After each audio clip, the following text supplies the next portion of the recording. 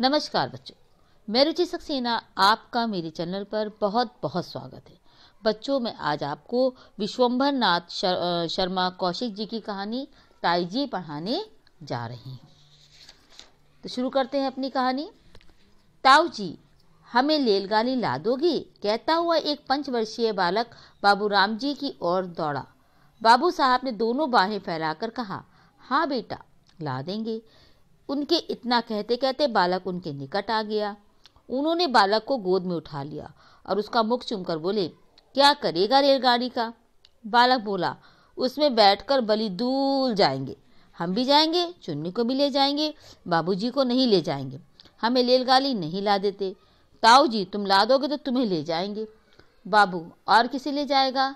बालक क्षण भर सोचता बोला, बच, और किसी को नहीं ले जाएंगे।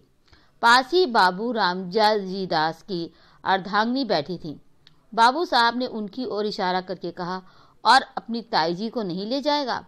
बालक कुछ देर तक अपनी ताई की ओर देखता रहा। ताई जी इस समय कुछ चिड़ी हुई सी बैठी थीं। बालक को उनके मुख का ये भाव अच्छा न लगा, अतः वो बोला, ताई को नहीं ले जाएंगे। ताई जी सुपारी काटती बोली, अपने ताऊ को ही ले जा, मेरे ऊपर दया रख। ताई जी ने यह बात इतनी रुखाई के साथ कही, बालक ताई के शुष्क व्यवहार को तुरंत ताड़ गया। बाबू साहब ने पूछा, ताई को क्यों नहीं ले जाएगा? बालक, ताई में प्यार नहीं करती। बाबू, जो प्यार करे तो ले जाएगा। बालक को इसमें कुछ संदेह था। ताई का भाव देखकर उसे यह आशा नहीं थी कि वो प्यार करेगी, इससे बालक मौन रहा। बाबू साहब ने फिर पूछा, क्यों रे, बोलता क्यों नहीं? ताई प्यार करे तो रेल पर बैठा कर ले जाएगा। बालक ने ताऊ जी को प्रसन्न करने के लिए केवल सिर हिला दिया, स्वीकार कर लिया, परंतु मुख से कुछ नहीं बोला। देखो बच्चों, आजकल के बच्चे बहुत समझदार होते हैं। एक 5 साल का बच्चा अपने ताऊ जी से रेलगाड़ी की फरमाइश करता है और दौड़कर उनके पास आता है, क्योंकि वो बच्चे से बहुत प्यार करते हैं, इसलिए वो अपनी सभी फरमाइशें उनसे बेझिझक कह देता है।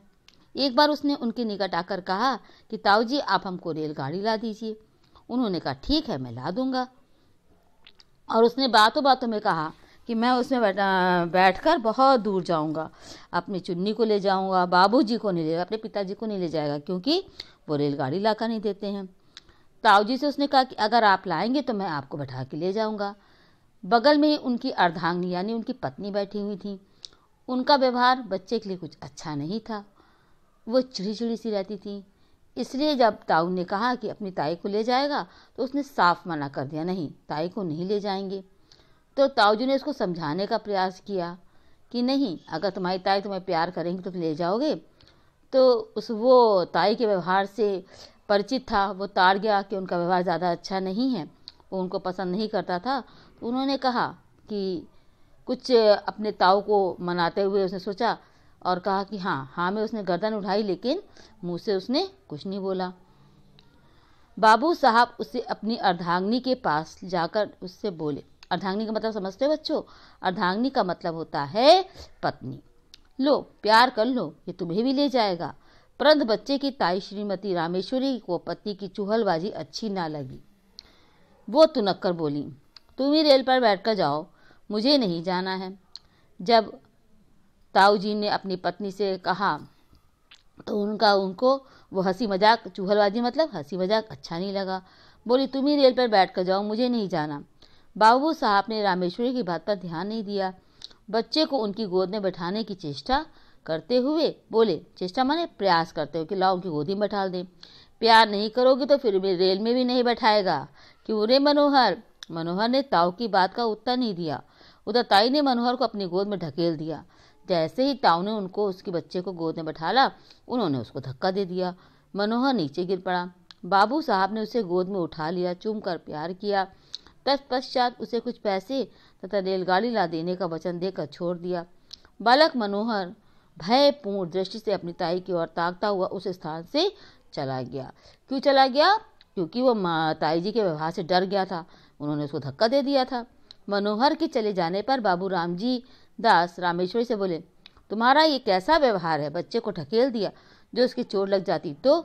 रामेश्वरी मुंह मटका कर बोली, लग जाती तो अच्छा होता, क्यों मेरी खोपड़ी बलाद देते हो? बाबू साहब कुड़कर बोले, इसी को खोपड़ी बलादना कहते हैं। रामेश्वरी, और नहीं तो किसे कहते हैं। तुम्हें तो अपने आगे और किसी का दुख सुख सूझता ही नहीं है। ना जाने कब किसका जी कैसा है। तुम्हें इन बातों की कुछ परवाह ही नहीं, बस अपनी चूहों से काम। तुम्हें तो हर समय हंसी मजाक ही सूझता रहता है। बाबू साहब, बच्चों की प्यारी प्यारी बातें सुनकर तो चाहे जैसा जी हो प्रसन्न हो जाता है, मगर तुम्हारा हृदय जाने किस धातु का बना हुआ है जो बच्चे की बात सुनकर पिघलता नहीं। रामेश्वरी ने उत्तर दिया, तुम्हारा हो जाता होगा और होने को होता भी है, मगर वैसा बच्चा भी तो हो। पराये धन से भी कहीं घर भरता है। बाबू साहब कुछ देर चुप रहकर बोले, यदि अपना सगा भतीजा पराया धन कहा जा सकता है तो मैं नहीं समझता कि अपना धन किसे कहेंगे, क्योंकि बाबूजी तो उसी मनोहर को अपना बेटा समझते थे। भला वो भतीजा था, लेकिन उसको अपने बच्चे की तरह प्यार करते थे, तो उनको अपनी पत्नी की बात अच्छी नहीं लगी। रामेश्वरी कुछ उत्तेजित होकर बोली, बातें बनाना बहुत आता है, तुम्हारा भतीजा है, तुम चाहे जो समझो, पर मुझे ये बातें अच्छी नहीं लगती। हमारे भाग्य ही फूटे हैं, नहीं तो ये दिन काहे को देखने पड़ते। तुम्हारी चलन से तो दुनिया से निराली है। आदमी संतान के लिए जाने क्या क्या करते हैं, पूजा पाठ करते हैं, कराते हैं, व्रत रखते हैं, पर तुम्हें इन बातों से क्या काम। रात दिन भाई भतीजों में मगन रहते हो। ताई जी बहुत तेजी से बोली कि तुम अपने भतीजे के प्रेम में सब कुछ भूल जाते हो। तुम्हें नहीं मालूम कि लोग संतान प्राप्त करने के लिए कितने कितने प्रयास करते हैं, कितना पूजा पाठ करते हैं, कितना व्रत करते हैं, लेकिन तुम्हें तो भाई भतीजों के सिवा कुछ समझ में ही नहीं आता है। बाबू साहब के मुख पर घृणा का भाव झलका। जैसी उनकी पत्नी ने ये बात कही, उनको उनसे कुछ घृणा सी होने लगी। उन्होंने कहा, पूजा पाठ व्रत सब ढकोसा है। ढकोसा माने दिखावा है। जो भाग्य में नहीं वो पूजा पाठ से भी कभी नहीं प्राप्त हो सकता। मेरा ये अटल विश्वास है। श्रीमती जी कुछ रुआसी स्वर में बोली, इसी विश्वास से सब चौपट कर रखा है। ऐसे विश्वास पर ही बैठे रहो। आदमी काहे को किसी बात की लिए चेष्टा करे। अगर सब भाग्य के भरोसे बैठे रहेंगे तो कोई प्रयास ही क्यों करेगा। बाबू साहब ने सोचा कि मूर्ख स्त्री के मुंह लगना ठीक नहीं, अतएव उनकी बात का कुछ उत्तर ना देकर वहां से चले गए। बाबू रामदास जी धनी आदमी हैं, कपड़े की आढ़त का काम करते हैं, लेन देन भी है। उनका एक छोटा भाई है, उसका नाम है कृष्णदास। दोनों भाइयों का परिवार एक ही घर में रहता है। बाबू रामजी दास की आयु 35 वर्ष के लगभग है और छोटे भाई कृष्णदास की 21 वर्ष के लगभग। रामजी दास ने संतान माने बच्चों क्या होता है, जिसके कोई संतान नहीं होता है। कृष्णदास की 2 संतान है, एक पुत्र और एक कन्या। कन्या की आयु 2 वर्ष के लगभग है। रामजी दास की पत्नी रामेश्वरी को अपनी संतानहीनता का बड़ा दुख है। वो दिन रात संतान ही की सोच में घुला करती हैं। छोटे भाई के संतान पर पति का प्रेम उनकी आंख में कांटे की तरह खटकता है। मनुष्य का हृदय बड़ा ममत्व प्रेमी है। कैसी उपयोगी और कितनी सुंदर वस्तु क्यों ना हो, जब तक मनुष्य उसको पराई समझता है तब तक उससे प्रेम नहीं करता। परंतु पराई वस्तु कितनी मूल्यवान क्यों ना हो, कितनी ही उपयोगी क्यों ना हो, कितनी ही सुंदर क्यों ना हो, उसके नष्ट होने पर मनुष्य को कुछ भी दुख का अनुभव नहीं करता, इसलिए कि वो बस उसकी नहीं पराई है। अपनी बस कितनी भद्दी हो, काम में न आने वाली हो, उसके नष्ट होने पर मनुष्य को बहुत दुख होता है, इसलिए कि वो उसकी चीज़ है, अपनी चीज़ है। कभी कभी ऐसा भी होता है कि मनुष्य पराई चीज़ से प्रेम करने लगता है। ऐसी दशा में जब मनुष्य उस वस्तु को बनाकर नहीं छोड़ता, अपनी बनाकर नहीं छोड़ता, अथवा अपने हृदय में विचार नहीं दृढ़ कर लेता कि वो वस्तु मेरी है, तब तक उसे संतोष नहीं होता। ममत्व से प्रेम उत्पन्न होता है, प्रेम से ममत्व, इन दोनों का ही साथ चोली दामन का सा है। ये कभी पृथक नहीं किए जाते हैं। बच्चों, कहने का तात्पर्य यह है कि प्रेम और ममता का अटूट संबंध है, इनको अलग करके नहीं देखा जा सकता। अब देखिए, शाम का समय था। रामेश्वरी खुली छत पर बैठी हवा खा रही थी। उसके पास ही देवरानी भी बैठी थी। दोनों बच्चे छत पर दौड़कर खेल रहे थे। रामेश्वरी उनके खेलों को देख रही थी। उस समय रामेश्वरी को उन बच्चों का खेलना कूदना बड़ा भला मालूम हो रहा था। उसको बहुत अच्छा लग रहा था। हवा में उड़ते हुए उनके बाल, कमल की तरह खिले हुए उनके नन्हे नन्हे मुख, उनकी प्यारी प्यारी तोतली बातें, उनका चिल्लाना, भागना, लौट जाना इत्यादि क्रीड़ाएं उनके हृदय को शीतल कर रही थी। बच्चों का खेलना उनको बहुत अच्छा लग रहा था। सहसा माने अचानक मनोहर अपनी बहन को मारने दौड़ा। वो खिलखिलाती हुई दौड़कर रामेश्वरी की गोद में जा गिरी। उसके पीछे पीछे मनोहर भी दौड़ता आया, वो भी ताई जी की गोद में जा गिरा। रामेश्वरी उस समय सारा द्वेष भूल गई, सारे मन की ईर्ष्या भूल गई। उन्होंने दोनों बच्चों को उसी प्रकार हृदय से लगा लिया जिस प्रकार मनुष्य लगाता है जो कि बच्चों के लिए तरस रहा हो। उन्होंने बड़ी सहिष्णुता से दोनों को प्यार किया।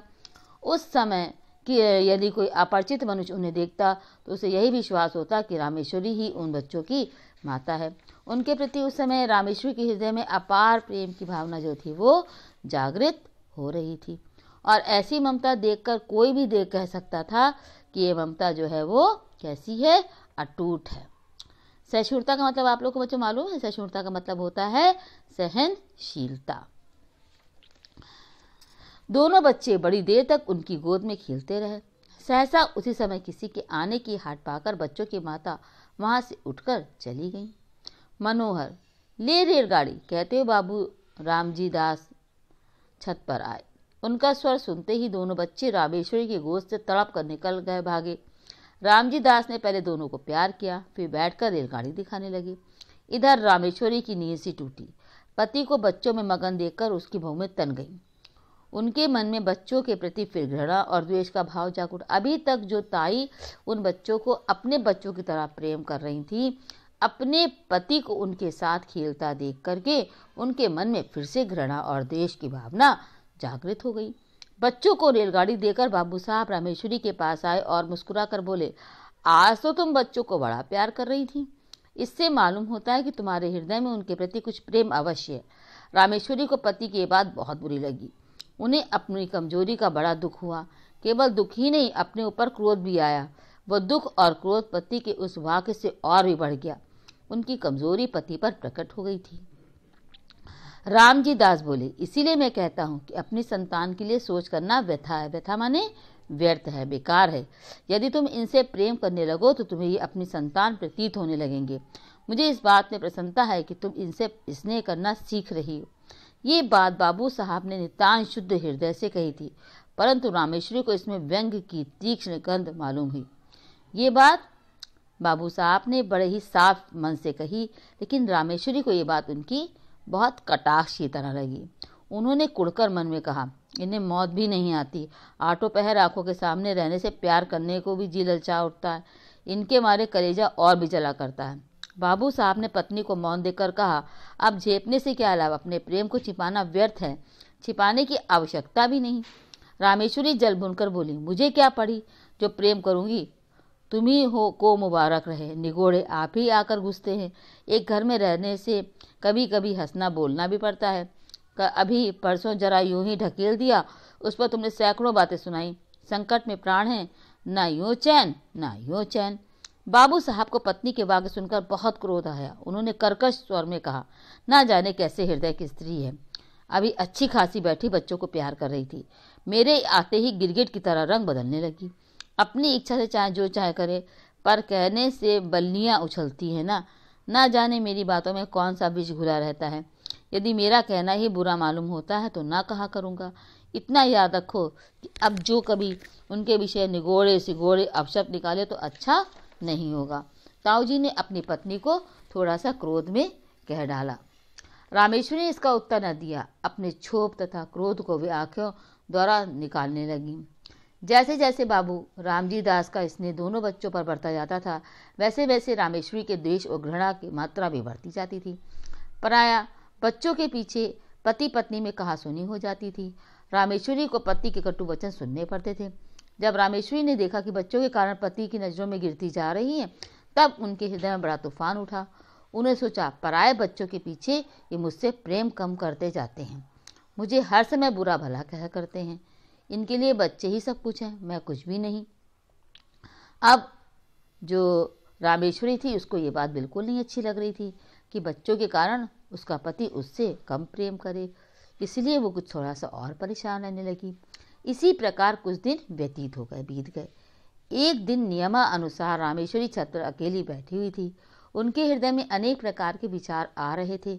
विचार और कुछ नहीं, वही अपने निज की संतान का अभाव, पति का भाई की संतान के प्रति अनुराग इत्यादि। वो बैठे बैठे सोच रही थी, आज हमारी संतान नहीं, हमारे कोई बच्चे नहीं हैं। पति के भाई के देखो बच्चे हैं, उनके प्रति हमारा पति कितना प्रेम रखता है। कुछ देर बाद उनके विचार स्वयं उन्हें कष्टदायक प्रतीत होने लगे। तब वे अपना पूरा ध्यान दूसरी ओर लगाने के लिए उठकर टहलने लगी। वे टहल रही थी कि मनोहर दौड़ता हुआ आया। मनोहर को देखकर भ्रकटी चढ़ गई और वे छत की चार दीवारी पर हाथ रखकर खड़ी हो गई। संध्या का समय था। आकाश में रंग बिरंगी पतंगे उड़ रही थीं। मनोहर कुछ देर तक खड़ा पतंगों को देखता और सोचता रहा कि कोई पतंग कटकर उसकी छत पर गिरे तो क्या ही आनंद आए। देर तक पतंग गिरने की आशा के बाद वो दौड़कर रामेश्वरी के पास आया और उनकी टांगों में लिपटकर बोला, ताई हमें पतंग मंगा दो। रामेश्वरी ने झिड़क कर कहा, चल हट, अपने ताऊजी से मांग जाकर। मनोहर कुछ अप्रतिम होकर फिर आकाश की ओर देखने लगा। थोड़ी देर बाद उससे फिर न रहा गया। इस बार उसने बड़े लाड से आकर अत्यंत करुण स्वर में कहा, ताई पतंग मंगा दो ना, हम भी उड़ाएंगे। इस बार उसकी भोली प्रार्थना से रामेश्वरी का कलेजा पसीज गया। कुछ देर तक उसकी ओर स्थिर दृष्टि से देखती रही। फिर उन्हें एक लंबी सांस लेकर मन ही मन कहा, यदि मेरा पुत्र होता तो आज मुझसी भाग्यवान स्त्री संसार में दूसरी ना होती। निगोड़ा हमारा कितना सुंदर है और कैसी प्यारी प्यारी बातें करता है। यही जी चाहता कि उठाकर छाती से लगा लूं। ताई के मन में फिर प्रेम हिलोरे लेने लगा। यह सोचकर भी उसके सिर पर हाथ फेरने ही वाली थी। इतने में मनोहर उन्हें देखकर बोला, तुम हमें पतंग नहीं मंगवा दोगी तो ताऊ जी से कह देंगे। यद्यपि बच्चे की इस भोली बात पर भी बड़ी मधुरता थी, तथापि रामेश्वरी का मुख क्रोध के मारे लाल हो गया। वे उसे झिड़क कर बोली, जा कह दे अपने ताऊ से, देखूं वे क्या मेरा कर लेंगे। मनोहर भयभीत होकर उनके पास से हट गया, क्योंकि उन्होंने गुस्सा में बात कही थी, और फिर सात्विश ललचाई नजरों से आकाश में उड़ती हुई पतंगों को देखने लगा। इधर रामेश्वर सोचा, ये सब ताऊ जी के दुलार का फल है कि 42 वर्ष का लड़का मुझे धमकाता है। ईश्वर करे इस दुलार पर बिजली टूटे। उसी समय आकाश में एक पतंग कटकर छत की ओर आई और रामेश्वरी के ऊपर से होती हुई छज्जे की ओर गई। छत के चारों ओर चार दीवारी थी। जहां रामेश्वरी खड़ी थी केवल वहां पर एक द्वार था जिससे छज्जे पर आ जा सकते थे। रामेश्वरी इस द्वार पर सटी हुई खड़ी थी। मनोहर ने पतंग को छज्जे पर जाते हुए देखा। पतंग पकड़ने के लिए वो दौड़कर छज्जे की ओर चला। रामेश्वरी खड़ी देखती रही। मनोहर उनके पास से होकर छज्जे पर चला गया और उनसे 2 फुट की दूरी पर खड़ा होकर पतंग को देखने लगा। पतंग छज्जे पर होती हुई नीचे घर के आंगन में जा गिरी। एक पैर छज्जे की मुंडेर पर रखकर मनोहर ने नीचे से आगे में झाँका और पतंग को आंगन में गिरते देखकर प्रसन्नता से फूला न समाया, क्योंकि अब उसको पतंग प्राप्त होने वाली थी। वो नीचे जाने के लिए शीघ्रता से घूमा, परंतु घूमते हुए उस समय मुंडेर से उसका पैर फिसल गया और वो नीचे की ओर चला। नीचे जाते जाते उसके दोनों हाथों में मुंडेर आ गई। उसे पकड़कर लटक गया और रामेश्वरी की ओर देखकर चिल्लाया, ताई। रामेश्वरी ने धड़कते हुए कलेजे से घटना को देखा। वो क्षण भर के लिए रुकी। उधर मनोहर के हाथ मुंडेर पर फिसलने लगे। वो अत्यंत भयभीत तथा करुण नेत्रों से रामेश्वरी की ओर देखकर चिल्लाया, अरे ताई। रामेश्वरी की आंखों से मनोहर की आंखें आ मिली। मनोहर की यह करुण दृष्टि देखकर रामेश्वरी का कलेजा मुंह में आ गया। उसको बहुत अजीब सा लगा। एकदम से उसका मुंह धक में रह गया। उसका कलेजा एकदम से मुंह को आ गया। उन्होंने बड़ी व्याकुल होकर मनोहर को पकड़ने के लिए अपना हाथ बढ़ाया। अपना हाथ मनोहर के हाथ तक पहुंचा भी नहीं था कि मनोहर के हाथ से मुंडेर छूट गई और वो नीचे आ गिरा। रामेश्वरी चीख मारकर छज्जे पर गिर पड़ी। रामेश्वरी एक सप्ताह तक बुखार में बेहोश पड़ी रही। कभी कभी वे जोर से चिल्ला उठती और कहती, देखो देखो वो गिरा जा रहा है, उसे बचाओ, दौड़ो, मेरे मनोहर को बचा लो। अभी वे कहती, बेटा मनोहर, मैंने तुझे नहीं बचाया। हाँ, मैं चाहती तो बचा सकती थी। मैंने देर तक करदर दी। इसी प्रकार के प्रलाप वे किया करती। मनोहर की टांग उखड़ गई थी। टांग बैठा दी गई। वो क्रमशः फिर अपनी असली हालत में आने लगा। एक सप्ताह बाद रामेश्वरी का ज्वर कम हुआ। अच्छी तरह होश आने पर उन्होंने पूछा, मनोहर कैसा है? रामजी दास ने उत्तर किया, अच्छा है। रामेश्वरी, उसे मेरे पास लाओ। मनोहर रामेश्वरी के पास लाया गया। रामेश्वरी ने उसे प्यार से हृदय से लगाया। आंखों से आंसुओं की झड़ी लग गई। हिचकियों से गला रुध गया। रामेश्वरी कुछ दिनों बाद पूर्ण स्वस्थ हो गई। अब वे मनोहर की बहन चुन्नी से भी द्वेष और घृणा नहीं करती और मनोहर तो अब उनका प्राणधार हो गया था। बच्चों, यहाँ पर एक घटना ने रामेश्वरी के हृदय को परिवर्तित कर दिया और इस घटना ने उनको इस हद तक झंझोर के रख दिया कि वो अब समझ गई थी कि वो बच्चे से सच्चे में कितना प्रेम करती हैं, और अंत में उन भाई बहनों के प्रति उनका अपार प्रेम द्वेष की बजाय प्रेम में परिवर्तित हो गया।